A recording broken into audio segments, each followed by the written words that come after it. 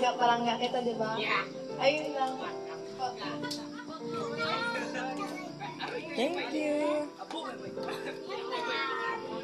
Miss Lizelle Ann Buntal. Hi, Trixie. Happy birthday.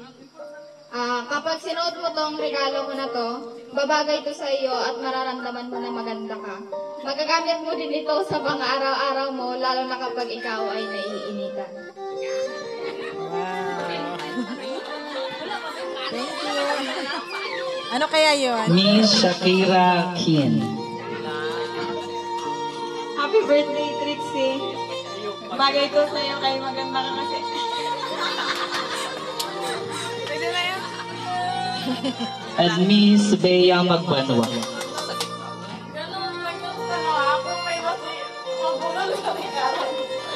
Hi, Trixie. Una-una sa lahat, happy birthday sa'yo. More birthday to come. Wish ko for you. Sana habang baby girl ka pa, enjoy mo muna yung mga bagay-bagay sa paligid mo at huwag kang mamadaling tumanda agad. Dahil nakakawanit yun siya rin. Yung gift ko na binigay sa'yo, one of the reason yan kaya ko yung binigay sa'yo ay simbolo yan ng bata ka pa. Marami ka pa memories na bilang bata na gagawin at enjoy sa buhay. Bilang bata.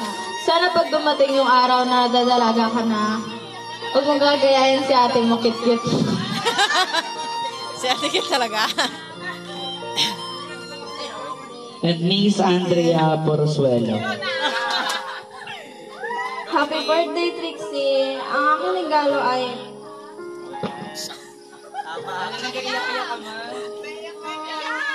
bagay na hindi mo makakalimutan dahil kapag nalulungkot ka, langin mo lang ang sarili mo sa bagay na ito. Kung wala kang kausap, pwede mo itong kausapin. Tsaka kapag umiiyak ka, yakapin mo lang ang bagay na ito.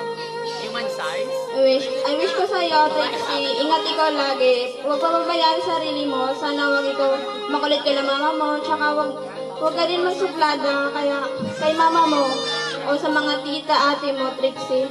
Baka kasi malamangan mo si ate An-An mo. Happy birthday. Kawawa. Kawawa ka ni.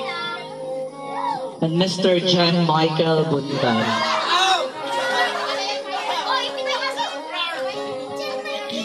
Happy birthday, Trixie.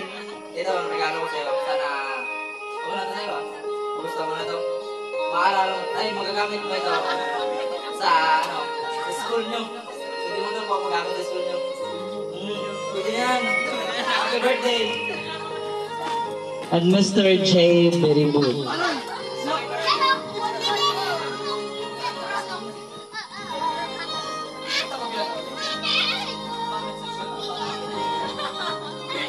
Happy birthday.